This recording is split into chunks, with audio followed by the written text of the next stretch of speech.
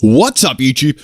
Okay, we're going to be doing a video on Pokemon Go. Now, this is a guide, a real basic guide, and I'm going to go through all the stuff you need to know about Pokemon Go, some basic things. If you feel I've missed anything or it needs a slight correction, make sure you drop it in the comment section below. This is just an information video for all people that want to know stuff about Pokemon Go. I played it for about 3 to 4 days straight now, and I think I've got a pretty good grasp of the game.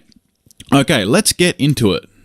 Okay, first up, we have your profile. This shows what your level is by clicking on your face at the bottom of the game. It shows you how much experience gain you've got to the next level and when you are going to get your next reward going for the next level too. It shows your little picture of you and your username there up the top, and below it shows if you've bought anything or what team you are. In the background, I'm Team Blue. There's the Articuno. Okay, let's go over what items do what. So we have the potion there, which heals your Pokemon after going to a gym battle. The super potion, which does a little bit more health. And the revive if your Pokemon completely faints. We have the Lucky Egg, which actually is used for doubling your experience for 30 minutes time. Make sure you're careful using this though. They're not a very easy item to get outside purchasing. Now, the incense is a very important one.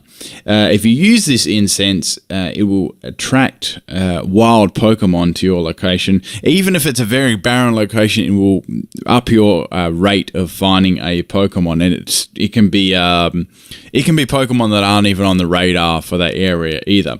Okay, you've got your Pokeball and your Great Ball. Obviously, that's self-explanatory. Now, lure mode is very interesting. Last night, I seen a person cast 2 lure modes next to 2 Poke Zones. Now, what this does is this actually attracts Pokemon as well. But this, however, works for everyone. So say I've got one guy use it, then everyone can benefit from it for 30 minutes. Okay, now let's go on the mechanics of actually catching a Pokemon. Now, firstly, you'll find a Pokemon when you come across it. You'll have a little symbol in the bottom of your screen. It'll look like sort of like dog paws. Now, obviously, the higher the amount of paws, the further away the Pokemon is. So, it'll go 3 paws, 2 paws, 1 paws. Then when there's none, you're basically standing next to it. So keep that one in mind when you are searching for Pokemon as well there. At the point of catching a Pokemon, you will bump into it and you'll bring up the Pokemon. You will need to face it with a camera. There will be arrows on the side actually pointing to where the Pokemon is. Now, catching the Pokemon, this took me a couple of goes to get. The footage shown here probably isn't the best because I was still learning the game then, but you need to hold the Pokeball down until you see a circle appear around the opposing Pokemon. It'll fluctuate in and out. You want to get at the smallest circle possible when the ball hits the Pokemon. This gives you your highest chance and it gives you the most experience as well. Now, your experience is also obviously based on how many Pokemon you catch too. So if you catch a Pokemon, you'll get a certain amount of experience. Let's go a little bit more into catching Pokemon. Now, if you've got a Pokemon, right, and you want to evolve it and change it, you need to catch a lot of the same Pokemon, right? So what you want to do is you want to go into the Pokemon you've caught, and you want to look at your highest CP Pokemon. So say if you've got you've got a Pidgeot that's you've got a Pidgey that's CP of 200, and you've got a whole bunch of Pidgeys that have a CP of only like 20 or 30. You need to actually go to them, click on them, and you need to scroll down, and there'll be an option called Transfer, and you click on that, and that'll change the Pokemon into candy. Now, upon catching a Pokemon of that evolution line, you'll get 3 candy. Upon turning the Pokemon or transferring it, you'll get 1 candy. Each Pokemon is shown on there how much candy it needs for the next evolution if you click on the Pokemon. Each Pokemon gives off different candy, so you'll need to farm a lot of Pokemon to evolve your Pokemon up. And you can also power your Pokemon up when you get a really strong Pokemon. You can power it up using candy and Stardust as well. Stardust is very easy to obtain. you get that a lot. Candy is a bit harder, so you need to you're constantly using candy if you're leveling your Pokemon up. If you picked up any eggs, there's 3 types of eggs that I've found. There's a 2-kilometer egg, there's a 5-kilometer egg, and there's a 10-kilometer egg.